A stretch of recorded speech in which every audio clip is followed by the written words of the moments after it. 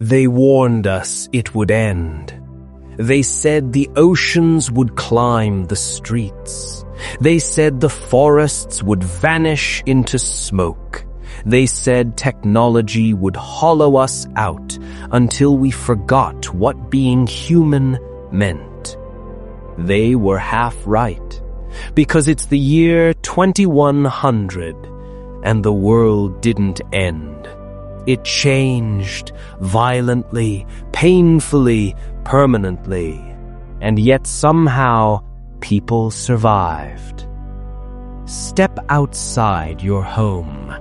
The air feels clean, not the wild kind of clean our ancestors once breathed, but something curated, filtered into purity by massive living membranes embedded into building walls. Every structure now processes pollution the way lungs process oxygen. Cities don't just sit on the land, they function as organs in a living planetary system. You look upward. The skyline is nothing like those postcards from the early 2000s. No endless glass spires competing for dominance. Instead, towers curve organically, wrapped in hanging forests, dripping green vines, layers of crops fed by recycled vapor collected from the fog drifting nightly off artificial atmospheric regulators. Between buildings, transit gliders float silently through neon-tinted airways. No wheels, no noise, only soft hums shaped to remain beneath human stress thresholds.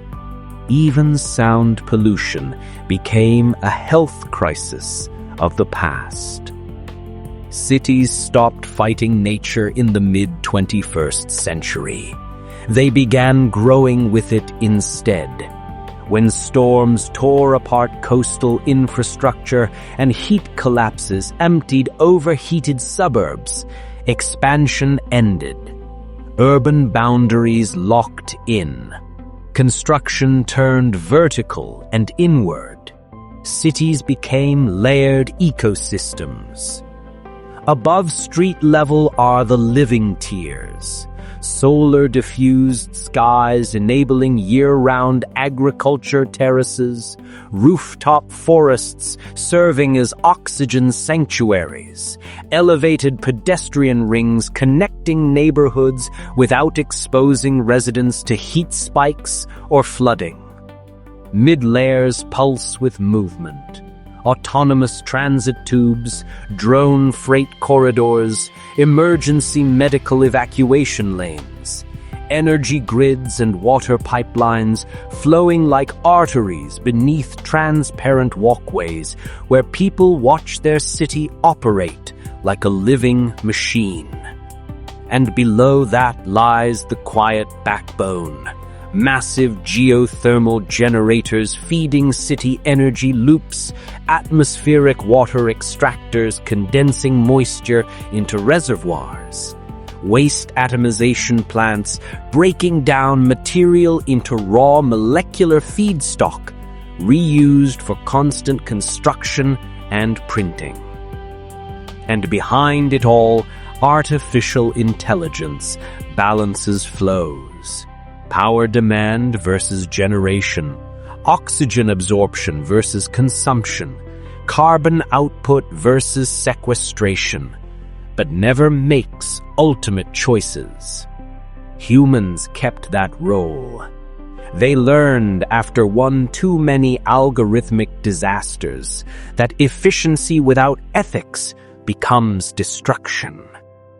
Your home knows you. It dims or intensifies sunlight based on your neurological rhythms. It shifts temperature to stabilize hormones that regulate mood. It releases microscopic nutrient particles tuned to your biometric readings, boosting immune response during seasonal viral waves before symptoms even form. It's comforting and unsettling. Privacy still exists, but now it's something you sell instead of something automatically guaranteed. Most people trade small data fragments for health benefits, economic credits, or lower transit fares. A minority choose digital isolation, encrypted lifestyles disconnected from biomedical networks. They accept shorter life expectancy. They call it freedom. Life in 2100 isn't built around accumulation anymore. Nobody flexes their square footage or car brand. Most vehicles vanished decades ago. Social status is tied to experiences, impact metrics, and restoration credits. Numbers reflecting how much positive repair someone contributes to the world. People earn reputations for rebuilding reefs, for restabilizing river flow systems, for reviving language communities lost during migration collapses. Success isn't about how much you own. It's about what you helped survive. The lifespan curve changed everything. With reliable gene stabilization therapy and predictive healthcare AI, people routinely live into their 90s and 100s, if they can access treatment. Teenagers now view careers as chapters, not destinies. Most adults will pursue 2 or 3 life paths: education facilitator, then ecological technician, later cultural recovery mentor. Starting families later is common. Romantic relationships aren't chained to lifelong expectation anymore. Marriage exists, but contracts renew every 10 years, evolving as individuals evolve. Some couples renew their vows over a lifetime. Others release each other gracefully. The stigma vanished with the realization that identity itself isn't static across a 100-year life. AI companions walk alongside many humans, not replacements, support systems. They serve as memory anchors in increasingly complex lives, tracking trauma patterns, detecting neurological decline years before symptoms present, offering emotional intervention during isolating periods. To some people, they're lifelines. Others reject them entirely. And yet, despite all advances, or maybe because of them, grief permeates everyday life. A quiet sadness hums beneath the surface of everything. Children grow up reciting the names of vanished coastlines, like ancient capitals: Old Miami, Pacific Haven, Delta Bay. Entire species that exist now only in immersive biological archives. Tactile holograms preserving their movement because real specimens remain extinct. At 18, everyone undergoes the memory passage, a mandatory 1-hour immersion into the year 2000. A sensory window into a world before collapse awareness rewrote civilization. They hear combustion engines roaring through open highways. They smell unaltered rain without filtration. Taste fruit that hasn't been genetically adapted to survive drought cycles. Feel unmoderated sunlight on uncovered skin. They exit shaking, overwhelmed. Some sob uncontrollably. The memory passage isn't designed to guilt the young. It teaches something more powerful: responsibility. Because jobs, as we once knew them, are relics. The wage grind expired with large-scale automation collapse. Now people undertake roles, purpose-based contracts lasting anywhere from 6 months to 15 years. Climate stewards operate carbon capture oceans, manage reflective ice shield arrays in polar zones, maintain satellite coordination of global forest growth cycles. Neural interface designers build thought bridges between biological consciousness and computational frameworks, enabling stroke victims to regain speech, trauma survivors to stabilize cognition, students to absorb knowledge at accelerated neurological rates. Symbiotic architects cultivate living megastructures. Buildings grown from conductive biofiber skeletons seeded with oxygen-generating plant ecosystems that filter urban atmospheres. Digital archaeologists salvage human culture from pre-collapse servers, resurrect lost art movements, restore forgotten voices swallowed by algorithmic trend decay of the social media era. But the role that defines this century more than any other belongs to those called reconnection specialists. Because virtual immersion nearly severed humanity from authenticity. During the hyper-connected decades, billions lived more life digitally than physically. And the body, the oldest intelligence we possess, rebelled.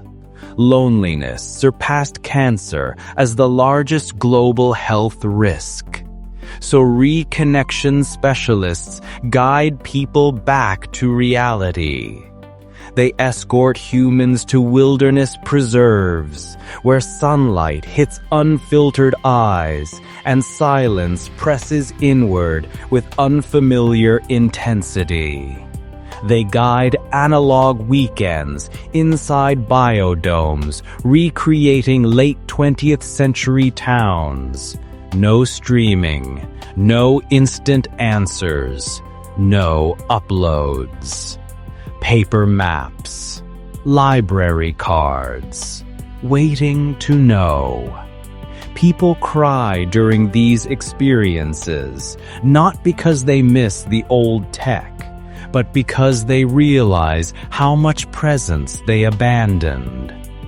Inequality still exists in 2100. It didn't vanish, it transformed. The wealthy can experience vast unfiltered wilderness trips.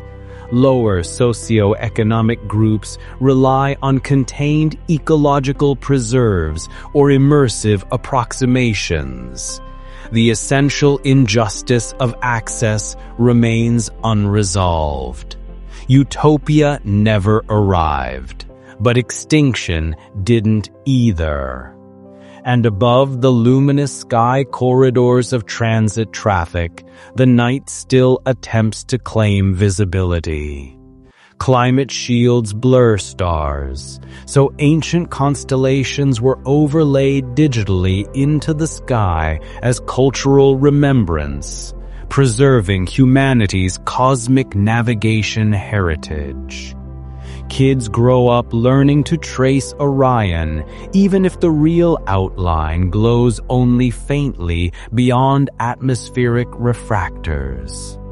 You belong to the generation born inside the bottleneck, raised amid climate anxiety and digital overload. You inherited rising seas and broken forests, but you also inherited something impossible to manufacture: perspective. You stand on the bridge of consequence, the age where humanity finally accepted that survival is not conquering the world, but participating in it. where prosperity doesn't mean endless growth, but measurable restoration, where hope isn't fantasy, but stubborn action. In the closing of an ordinary day, an elderly pair of hands presses a genetically stabilized oak sapling into living soil beneath a towering bio-skyscraper. Beside it, a small child mirrors the motion, one planting a future they may never walk beneath, the other inheriting a world imperfect, yet breathing. Above them, silent transport streaks over the sky, while ancient constellations burn gently through atmospheric shields. And across every corner of Earth, the same truth repeats softly. The future wasn't given to us whole. We built it piecemeal, from mistakes, from compassion, from adaptation, from courage.